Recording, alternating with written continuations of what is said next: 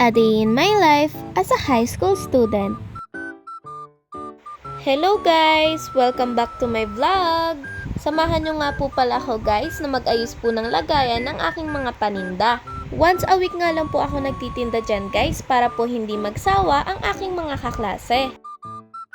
Ayan guys, naglalagay po ako ng tissue ngayon para mamaya pagpunta sa school, sisipsipin nito yung excess oil. Kasi di ba magpiprito po kami.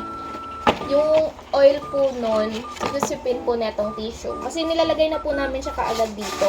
Tapos aalis na po kami para pagdating po sa school, crispy pa rin.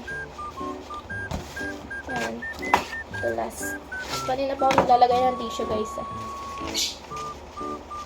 Yan guys, ito yung fries. Di pa naman siya nalalagyan ng cheese. Ayan. Muntikan tumatapon. Ayan. Yan yung fries. Ito yung cheese powder. Bumili si mama ng dalawa kasi baka hindi siya magkasya guys. Yan. So, dalawa yan eh. Ito po. Yan. Pero yung iba naman guys, pwede naman silang mag-request na plain lang. Tapos asin lang. Yun. Pwede naman yun. Tapos pwede rin ketchup lang. Katulad na to. Yan. Pwede kayong mag-request. Kung naghahanap nga po kayo ng masarap na merienda sa school, punta lang po kayo sa section namin. 9 Amethyst nga po, malapit lang po sa kantin. May nagtitinda nga po sa room namin ng musubi, cheesy roll, at syempre po, nandyan din po yung mga paninda ko. Yung tuna pie at hotdog pie. Yung cheesy roll nga po, tsaka yung paninda ko po, with fries na nga po sila. Pero dapat po, order muna.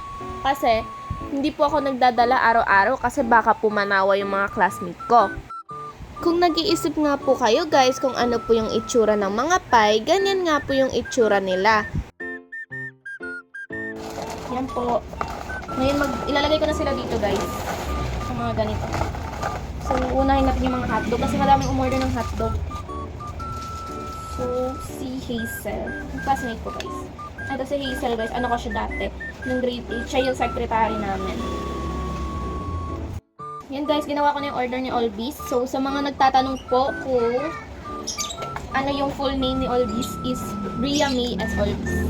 Yan, si Ria. Siri. Siri? Di ba Siri AI yun guys? Yan, tatanggalin ko na pala siya guys. Tapos si Romano, yan, solid din to guys. Nakailang order na sa akin to. Shoutout sa inyo guys. Shoutout po sa mga loyal customer ko dyan. Yan, yung mga nakapanood nito guys, bumili na kayo sa akin. Sa 9 Amethyst lang ako. Puntahan nyo lang ako sa room. Pero parang ano to guys, once a week lang kami nagbebenta. So, mostly pag Thursday tsaka Friday, din ako nagbebenta nun eh. Kasi mga Tuesday o Wednesday ako nagbebenta, mga ganong time. Minsan, depende guys. Kasi, minsan kasi guys, hindi kami nakakagawa. Kasi medyo busy din sa bahay. Pag may time lang kami nakagawa ng ganitong mga pie. Ayan na nga po yung finished product guys. Maraming salamat po sa mga classmate at dun din po sa estudyanteng bumili po sa akin na taga-kabilang section. Maraming salamat po ulit. Pagkatapos ko nga po ayusin yung mga paninda ko guys, ay diretso hatid na nga po ako ni mama sa school. Malilate na nga rin po kasi ako niyan guys. 12:18 na rin po kasi. Ang pasok ko nga po pala ay 12:30 kaya ilang minuto na nga lang po ay papasok na rin po yung teacher namin. Pagdating ko nga po sa room guys ay agad ko nga pong binigay yung mga order nila. Para hindi nga po kumuluntoy yung mga french fries. Mabilis po kasi siyang kumuluntoy. Makikita nyo nga po sa video guys na may nangyayari na nga pong transaksyon. Joke! Binibigay ko lang po kasi yung mga sukli nila dyan guys. Kasi yung mga pera po nila buo po. Kaya binibigay ko po yung sukli. Akala ko nga guys wala po ako mabibigay kasi buo rin po yung pera ko eh. Buti na lang po may nagbayad sa akin na puro barya lang. Dalawa, sabi mo dalawang hotdog.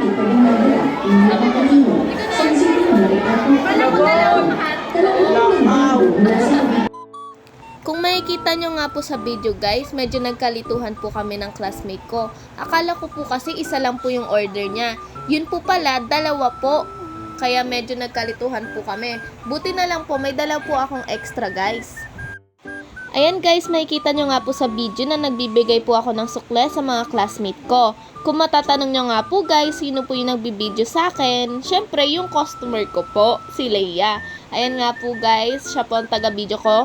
Thank you Leia! Thank you sa pag-order at sa pagtulong sa akin sa pagbibideo.